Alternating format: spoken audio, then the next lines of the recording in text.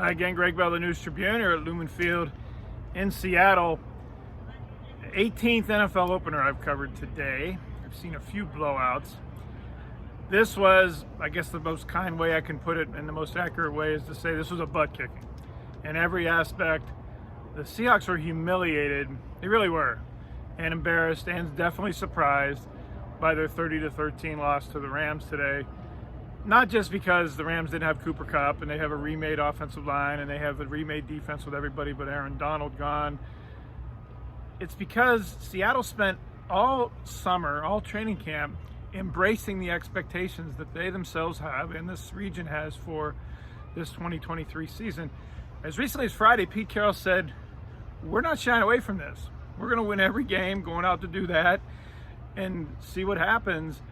But he remarked over and over again about how these players have the mentality they have and messaging, internalizing his messaging and capitalizing on what he thought was a fantastic end to last season, which ended in the playoffs and the loss in the first round at San Francisco. Well, they may be back to square one mentally and psyche-wise after this game. All those expectations really heightened the fall today. It made it an even more galling defeat than 17-point home loss already would be in an opener.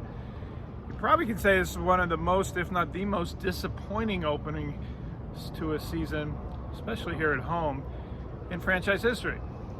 The offense had 3 yards in the second half until a 9-yard throwaway run by rookie Zach Charbonnet on the last play of the game. When the game was over and almost all the 68,000 fans were gone, those fans were booing with 5 minutes left when the Rams took a 27-13 lead.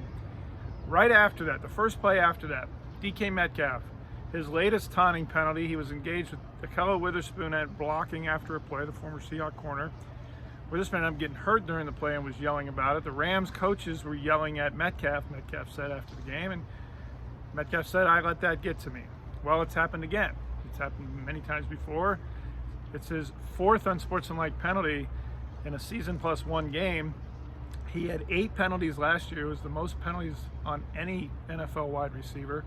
2 of them were for unsportsmanlike conduct and 1 was for taunting. He had an unsportsmanlike in an ejection in Green Bay the season before that. He had an unsportsmanlike against Tennessee here at home a couple of seasons ago. After the latest one, Carroll said we lost our minds a little bit.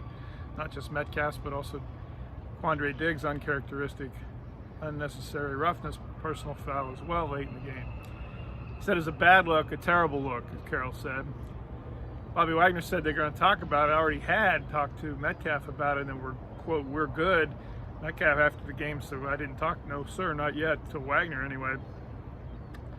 Suffice to say, when things aren't going their way, DK Metcalf still loses the cool at age 25.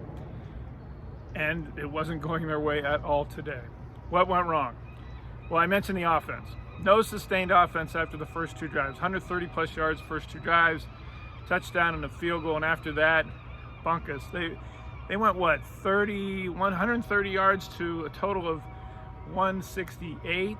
It's 38 yards over the final 3.5 quarters of play.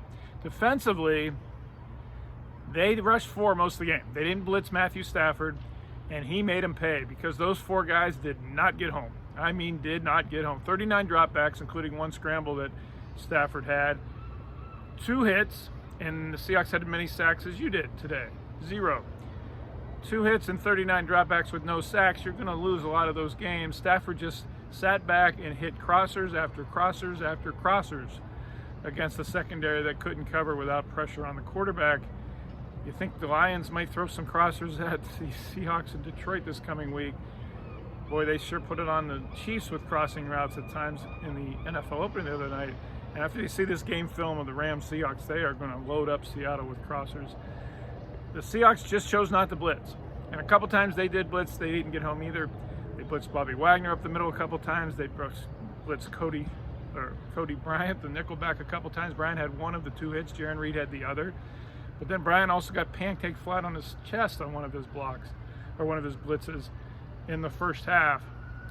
If the Seahawks don't get pressure on quarterbacks, they can't cover. Most teams can't. The question seems to be, are they going to have to devote blitzers to doing that and take away from their coverage, at least from the judging from the very first game today.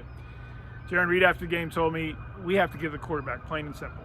And we cannot expect our defensive backs to do it that much, that long, without us getting some pressure on opposing quarterbacks. The Rams were 8 for their first 10 converting on third down. Seattle, meanwhile, was 2 for 8.